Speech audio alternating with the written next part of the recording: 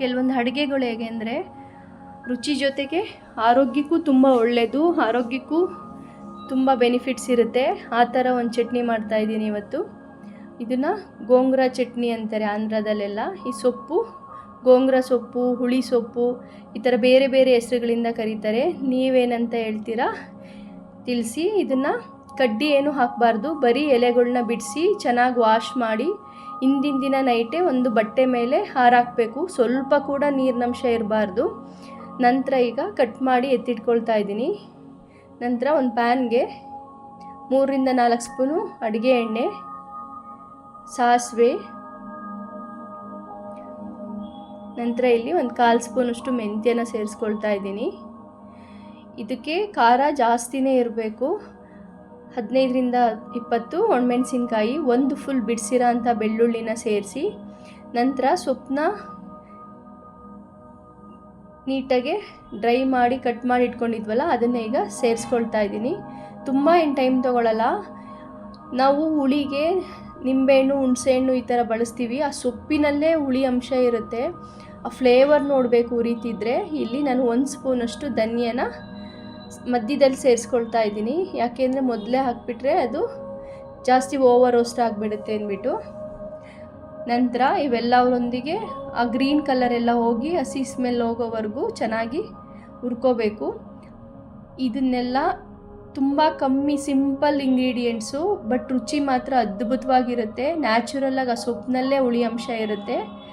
ನೀವು ನಮ್ಮ channel first time visit ಮಾಡಿದರೆ ನಮ್ಮ ಚಾನಲ್ ಸಬ್ಸ್ಕ್ರೈಬ್ ಮಾಡ್ಕೊಳ್ಳಿ. ನಾನು ಹಾಕೋ ಎಲ್ಲ ರೆಸಿಪಿ ನೋಟಿಫಿಕೇಷನ್ ಬರುತ್ತೆ. ಈ ಸೊಪ್ಪಿನಲ್ಲಿ ತುಂಬ ಕ್ಯಾಲ್ಶಿಯಂ ಮತ್ತು ಐರನ್ ಕಂಟೆಂಟ್ ಇರೋದ್ರಿಂದ ಇದು ಆರೋಗ್ಯಕ್ಕೂ ಒಳ್ಳೆಯದು, ರುಚಿನೂ ಅದ್ಭುತವಾಗಿರುತ್ತೆ.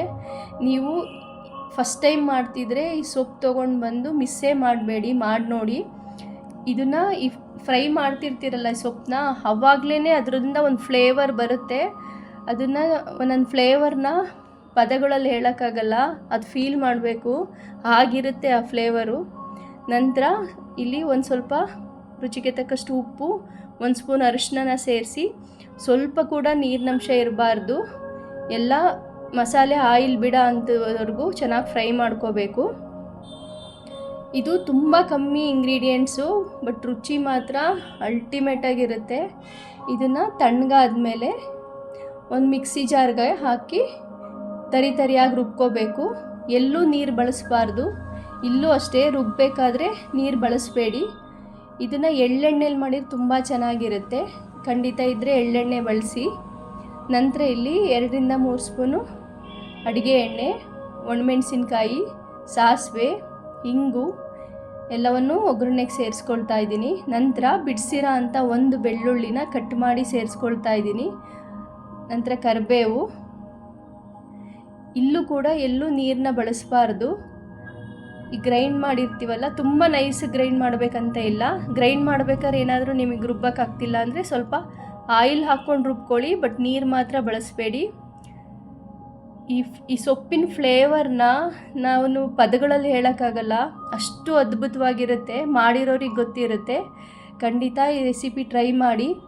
ಇದು ರೈಸ್ ಜೊತೆಗೆ, ಚಪಾತಿ, ದೋಸೆ, ಸೈಡ್ ಡಿಶ್ ಆಗಿ ಉಪ್ಪಿನಕಾಯಿ ಥರ ಆರಾಮ್ಸೆ ಯೂಸ್ ಮಾಡ್ಬೋದು. ಇದನ್ನು ಔಟ್ಸೈಡ್ಗಳು ಇಟ್ಟರು 10-15 ದಿವಸ ಆರಾಮ್ಸೆ ಇಟ್ಕೊಂಡು ತಿನ್ಬೋದು.